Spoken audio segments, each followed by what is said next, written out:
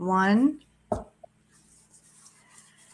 Welcome to another episode of AARP's periodic show on the mental well-being of older adults.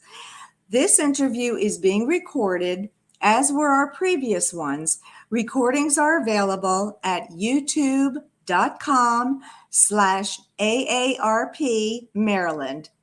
Today's discussion will focus on current legislative issues having to do with mental well-being for older adults in Maryland. We will talk about AARP's positions and what you, our listeners, can do to encourage policymakers to pass meaningful legislation. My name is Marsha Goldberger, and I am a volunteer with AARP, participating on the advocacy team and the Speakers Bureau. I will be interviewing Michael Friedman, who heads up our cognitive and behavioral health team. Michael moved to Baltimore from New York a couple of years ago to be closer to his daughter and grandchildren. He retired after 50 years as an administrator, government official, advocate, and teacher at Columbia University School of Social Work, where he is an adjunct associate professor. He is the co-founder of the Geriatric Mental Health Alliance of New York and the Veterans Mental Health Coalition of New York City, among other advocacy initiatives. Michael, perhaps you could tell our audience why you founded the Geriatric Mental Health Alliance and why you've organized advocacy related to mental health issues in the lives of older adults here in Maryland. Thank you, Marsha. It's lovely to be with you here today. Thank you. Talk about these issues.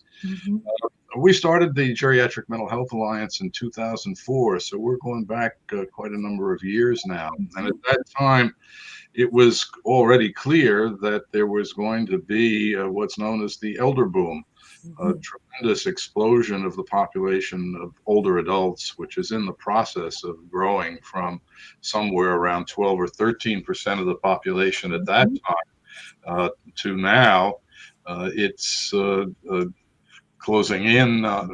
Now it's about 16%, and as you can see from the slide, it's going to grow in Maryland to 21%. Nationally, it's going to be about 24%.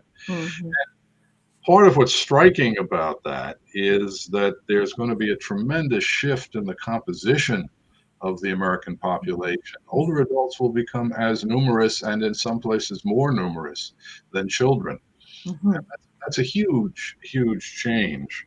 So we recognized that this demographic change was happening, and that because of the demographic change, there was going to be a significant increase in the numbers of people who have various kinds of problems of the mind, whether it's dementia, Alzheimer's, for example, or various kinds of mental illnesses, anxiety disorders, depression, psychotic conditions, substance use disorders, including particularly alcohol misuse and the misuse of medications, much more of that than of the use of illegal substances. So it was perfectly clear that this growth was going to take place, and perfectly clear as well that, in fact, our nation, I was in New York at that time, New York was not ready, the nation wasn't ready. Maryland, I would have said Maryland is not ready. And frankly, not ready to deal with this population growth. Wow. Well, Michael, thank you for all that background. That it is really fascinating that older people are going to be we're such a growing demographic. So let me ask you this. Has the pandemic exacerbated the situation? In fact, it has. And unfortunately, the coverage, the journalistic coverage, that is, of the pandemic has picked up on the fact that in general there is psychological fallout of the pandemic, which has been fairly severe.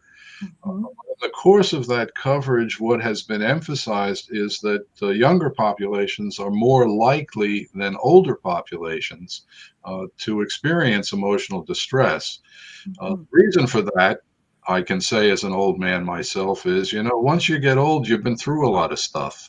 And you develop strengths and coping skills that you don't have when you're younger. Great point. Mm-hmm.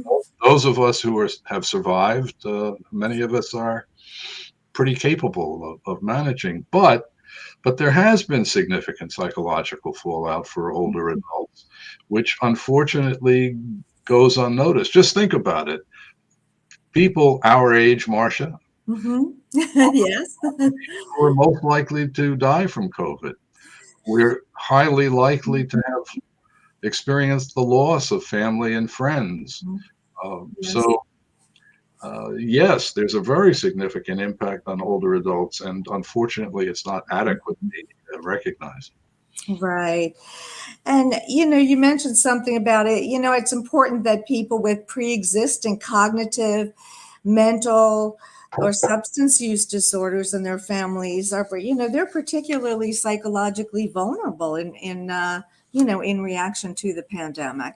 Absolutely. For people with dementia, the disruption Mhm. of routine can be something that is really very difficult in their lives. For the family caregivers, Mhm. lives have been, to put it mildly, disrupted. Mhm. It's also very difficult. It adds stress. Being a family caregiver results in fairly high levels of anxiety and depression, among other Mhm. problems. And it's multiplied. Um, Right. by Well, the like, yes. and of course, if people have pre-existing depressions, it's even more depressing, Mhm. Right. Then it's even worse. You know, more anxiety, and so forth. oh, sorry. And we wonder, what the long-lasting effects will be, harmful effects. And I guess we just don't know that yet. I There think, might be. yeah, Yeah, go ahead. That's an interesting that's right. question. I think we don't know. Hmm. There's a debate in the field now. There are people who are predicting that after the pandemic ends, hopefully it will sometime soon. Hmm. Hmm. After the pandemic ends, there'll be what's being called a mental health pandemic. Mm. That things from the mental point of view will be worse.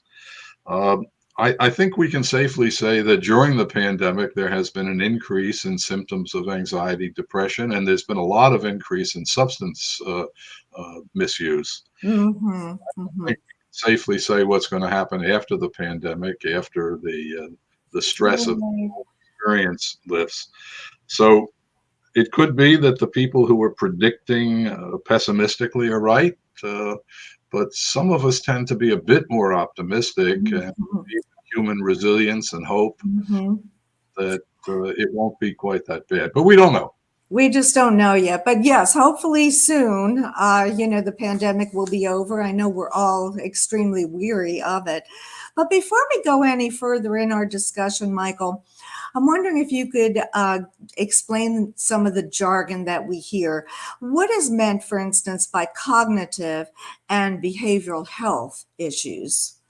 Well, thank you for asking that because I use these words as if they Mhm. have some meaning in the real world, uh, Mhm. and, and they don't.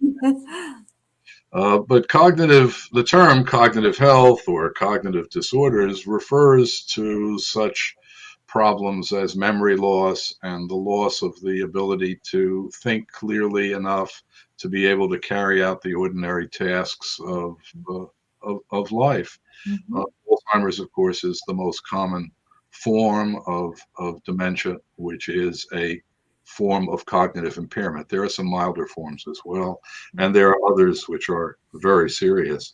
Behavioral health is a term that's developed over the past decade or two to bring together Mhm. uh, the field of mental health and the field of substance abuse. Mhm. Mhm. Behavioral health, we're talking both about problems of things like depression and anxiety and Mhm. psychosis, and about Mhm. problems related to the misuse of substances and other addictions such as Mhm. gambling. So hopefully that's clear. Yes, that does really help. And our listeners can feel free to ask questions if it's not clear. And by the way, we'll take questions afterwards. And as I mentioned, this is being recorded. So, let me ask you a question then about what you were just saying, cognitive and behavioral health issues. And aren't these things usually dealt with separately?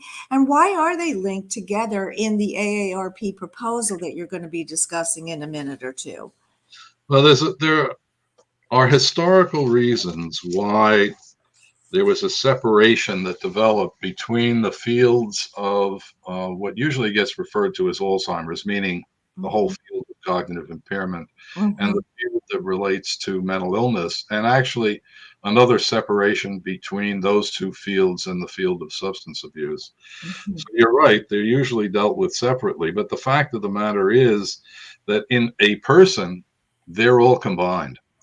So, for example, people with dementia, at some point during the time that they have dementia, 98% of them will also have symptoms and disorders that are behavioral health conditions. So that people with dementia also have anxiety, depression, psychosis, behavior problems, and some significant amount of substance abuse, which is hardly recognized at all. The reason that we have moved in our work to combine them is because they're combined in people. If you want to be helpful to a person with Alzheimer's, and there's a 8% chance that that person is also going to have depression, anxiety, whatever, it doesn't help to separate the fields. Right. No, that's a really excellent point. I mean, we're one person with one mind, one brain. So I know you think Maryland isn't prepared to deal with the growth of the older population. Can you explain your view on this? Well, I think that we know that the systems have always been inadequate in a variety of ways. So that it is, for example, most people find it quite difficult if they want to get treatment, say they're depressed. They want to get treatment for depression. There are often long waiting lists, particularly if we're talking about older people. There are most psychiatrists, most geriatric psychiatrists will not accept Medicare. Okay. So finding somebody to get help is a difficult thing to do to begin with. And now with the population getting larger and larger, there's every reason to believe that it's even more difficult to get access to care and treatment than it used to be. There's now a workforce shortage. There's been a workforce shortage for quite some time, but since the pandemic, there's been a growing workforce shortage. Nursing homes can't find staff. Assisted living facilities can't find staff. Mental health providers, hard to fill positions. There are lots and lots of empty positions out there. So there's just a shortage of service, and there's been a lot of criticism of the way in which services are organized. Needs to be work going forward, both with regard to the quantity of service and with regard to the quality of service. Well, so that leads me to my next question for you then, because talking about the gap between the need and the services that we actually have. So are there legislative efforts to address these issues this year? And can you tell us about them? Well, there are quite a number of legislative efforts. There's some good groups out there that work on these kinds of issues, in addition to AARP, Mental Health Aging Coalition, for example, and others. So, yes, there's quite a bit that's been going on in the legislature. We don't have time today to go through all of it, but I thought we could talk about four issues which are particularly important, I think. One of them is the development of a state plan to address the cognitive and behavioral health needs of older adults. A second is we got a lot to do to improve the quality of long-term care. Come back to all of these things. The third, which is a very prominent issue these days, has to do with the way in which psychiatric crisis services are provided. There's been a good deal of criticism of Mhm. the police respond to psychiatric crisis who are not adequately prepared to deal with that. We Mhm. can talk more about that. And there's considerable concern with crisis services with regard to suicide. And then there's the whole general concern about suicide. Over the past decade, there's been Mhm. tremendous growth of the rates of suicide. Mhm. Well, And let's suicide is yeah, largely an older adult problem. yeah, So it we really is. Well, let's take each one of them in turn. I know, we don't have all day to talk about them, of course, but starting with the first one, can you tell us about the effort AARP led last year to mandate that the state develop a cognitive and behavioral health plan and what the current status is? And then we'll go through each one of these in a little bit more detail. So starting with that first one, Michael. So, as you say, last year AARP had as a major item on its agenda Mhm. the recommendation that the state of Maryland confront the issues of cognitive and behavioral health problems among older adults. Mhm. Uh, Through advocacy efforts, there was a budgetary mandate that was included last year by the General Assembly, and that mandate called for the Departments of Aging and of Health to prepare a report for the legislature to identify the needs and to talk about what is being done to meet the needs and to develop a plan to respond to those needs. The report came out in October. Mhm. And essentially, what the report said is there are lots of unmet needs. And Mhm. sadly, uh, the department said we don't have the resources to be Mhm. able to do a real plan to Mhm. address these issues. If we're going to be able to develop that kind of substantive plan, we're going to need to have additional resources to do it. Mhm. So we responded to that by saying, well, we asked the governor for $250,000 one-time money, just one. Mhm.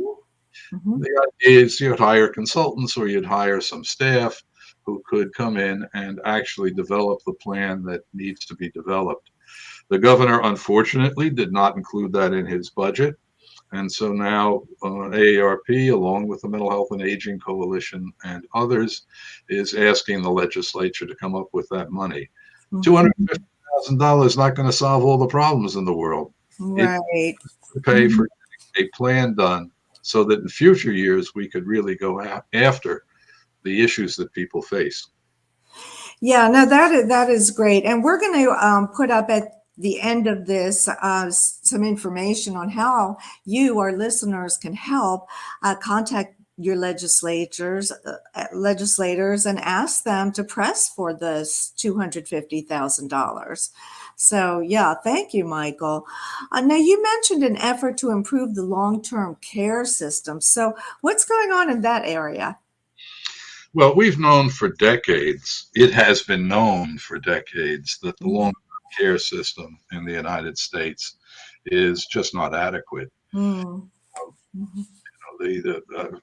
Start with the fact that it's not affordable, so that for people to be able to get into nursing homes, they have to impoverish themselves so that they can become eligible for Medicaid and Mhm. so on and so forth. So you got a huge set of problems. We also know that nursing homes and other institutions are overused, and that if there Mhm. were more services in the community, people would be able to live where they want to live in the community. That's often called aging in place, although Mhm. some people like me decide not to age where they were, but to move someplace else. All right. But we're Mhm. living where we want to live. So Mhm. that becomes the point of emphasis. The pandemic made it so clear the inadequacy of care uh, Mhm. currently in nursing homes and assisted living. By the way, I don't want to be interpreted as blaming them for it. Mhm. Mhm. They exist in a policy and funding environment that makes it very difficult to do the kinds of jobs that they're called on to do. But the fact of the Mhm. matter is that a huge portion of the deaths during the pandemic were people who were in nursing homes and in assisted. Mhm. In part, that's because it's old, sick people. Mm-hmm. facilities, but it's also because these facilities were not prepared to deal Right. with this pandemic, and they're not prepared to deal with the next one. So, uh, a major point of focus for AARP has been, well, we really have to confront this. We need to confront Mm-hmm. costs to people who need to be in long-term care. We need to confront the overuse of institutions, and we need Mm-hmm. to confront the quality of care. Right. And you mentioned that there are, do you want to mention the specific pieces of legislation and what they might call to change? So this year, AARP is focused on assisted living, Mhm. particularly. And there are two different pieces of legislation that are out there. One would do what seems only logical, and that is to license the managers of assisted living programs. Mhm. Mhm. You'll put the bill numbers up at some point. Yes. And, you know, nursing home managers are licensed. They're required to have certain education and training, and that Mhm. to get through licensing exams. But in assisted living, there are no such requirements. And because assisted living programs serve much the same population, it's important that they also have those kinds of skills. The second Mhm. bill has to do with addressing one of the issues that has made it difficult to resolve problems with assisted living, and that is that they vary so much in size. Mhm. So, you know, you have an assisted living program which is 4 people living basically with a neighbor down the Yeah. street. That's a Mhm. little bit different from an assisted living program that has 400 units, Sure. making Mhm. it stuff. So there's a bill out there to study assisted living of 9 or fewer, and that hopefully will make it possible to reach some conclusions about how to deal with Mhm. large and small differently. I just looked at the time. I'm talking much too long. So, Oh, well, there is so much to say, but yeah, but we can move on to the next issue then, and maybe we should do that because there is so much going on, with the long-term care.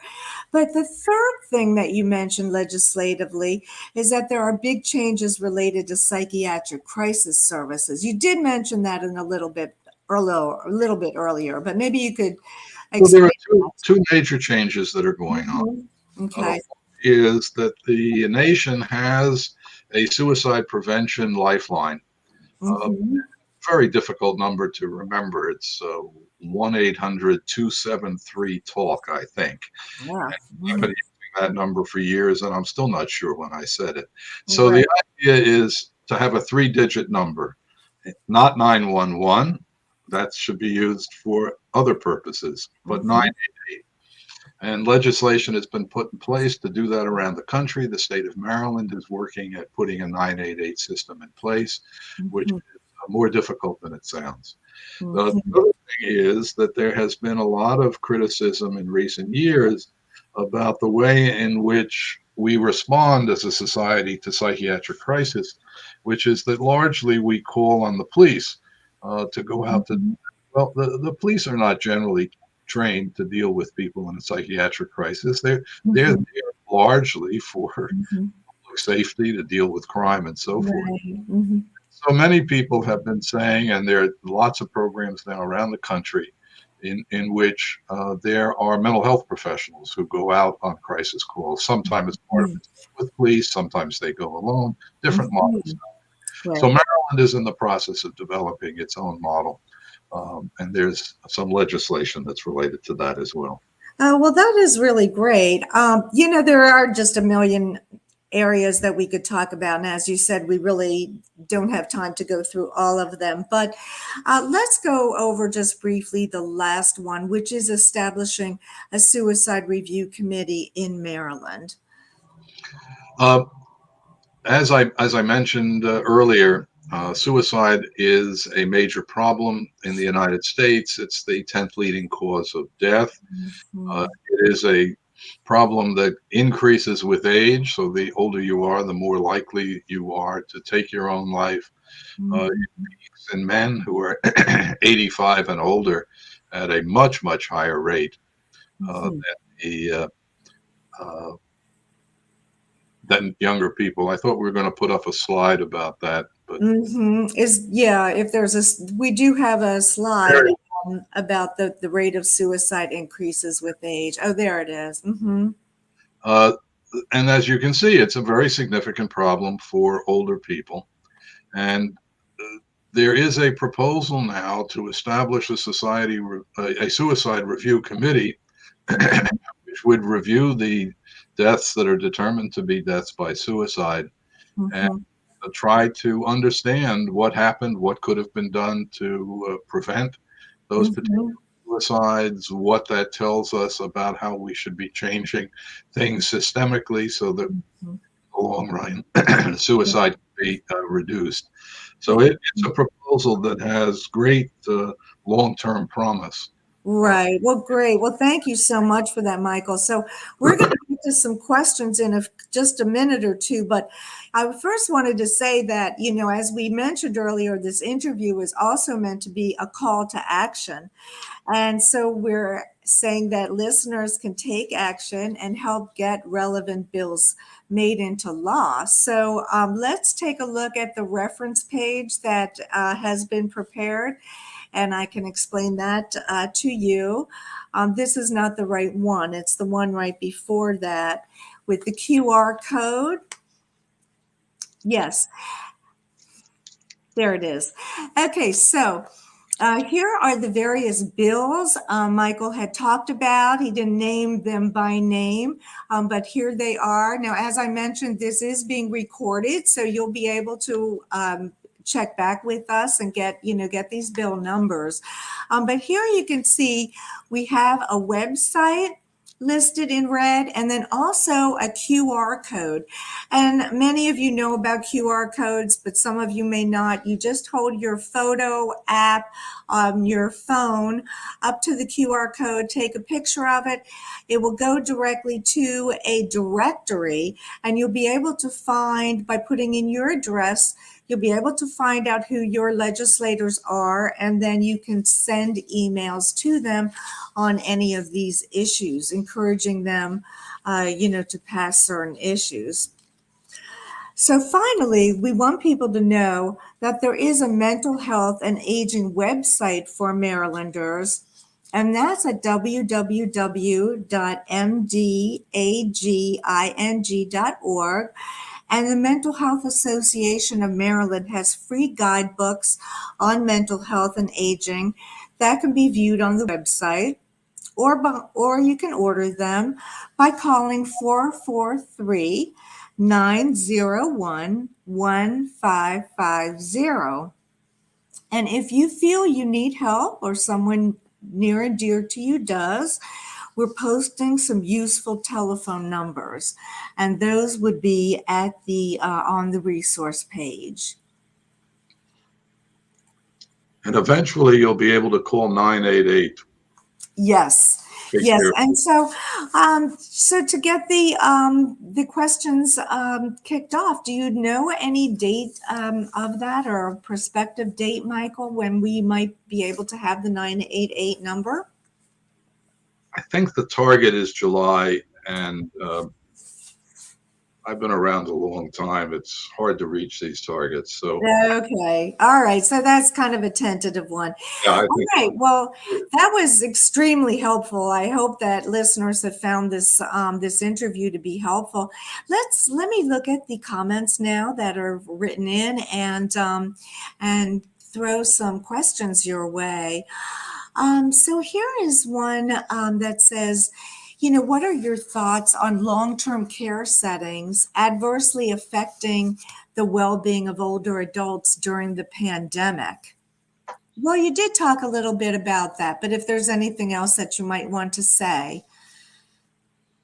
Well, one of the things I want to say is that while my comments have been critical, I have great admiration for the people who do this work. Mm-hmm. And for the organizations that try to do what needs to be done. They were caught short without protective equipment. They were caught short without policies that they could have followed through on. When I went to school, and probably when you went to school, we had fire drills regularly. Well, sure. This is just not something that they've ever had drills about that I know about. Maybe I'm I'm wrong, but they Well, they yeah, just weren't ready. I think right. one of the things that we learned from the whole experience is the impact of social isolation. So while there have been a number of recent reports, and many going back for years, about how difficult social isolation is for people. Mhm. Well, let me ask you another question then, and this is on a different subject, but one that we have talked about also. And that is, one of our listeners asked, can you speak to the issue of polypharmacy and how it affects mental health? Older adults are consistently overprescribed medications, causing RX-induced mental incapacities. It's a real issue. Well, I'm not sure how to respond to that. There are certainly times when older adults are um, prescribed too many different medications, and the problems Mhm. of drug interaction for older adults are quite common. Mhm. But the older adults also often need to have a mix of medications, and achieving that balance is something that can be quite difficult to do. Personally, Mhm. I take 12 different medications. I have a number of, as many older adults do. Mhm. I have a number of chronic health conditions. As Mhm. one of my old friends said, getting old is not good for your health. No, that's true. And so some of us end up taking many medications. Often, the overprescription relates to dosage. Doses Mhm. really have to be adjusted, and all of that has to be done very carefully. Mhm. So I Right. don't know that that's fully responsive to the question, uh, Mhm. but there is no question that there needs to be greater expertise in, Yes, in, yes. in the different impact of medication on older adults. Uh, Mm-hmm. Well, let me ask another question. And I did these, if any listeners have questions, you can type them in and, we can, take questions for another minute or two. Here's another one about, does bereavement pose unique challenges to existing disorders?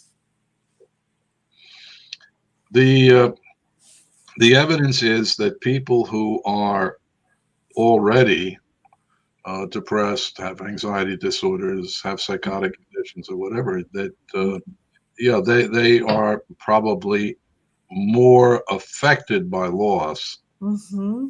than people who are not. But people without pre-existing conditions who lose people who they care about Mm-hmm. Okay. are going to probably, almost definitely, 100%. I mean, Right, right. experience grief, and Yes. is how long term that grief is, how complicated it is. It can be devastating. Right. Well, Michael, thank you so much. I don't actually see any other questions here, but you know, yeah, I don't see any other questions right now. So I am going to just thank you so much for your expertise, for coming on today and sharing this with us. And I hope that our listeners have found this to be helpful. And again, it is being recorded and will be available on youtube.com/AARP Maryland. Thank you all so much for joining us. Thank you, Michael. Thank you, Marsha. You're welcome. All righty. Take care. Goodbye.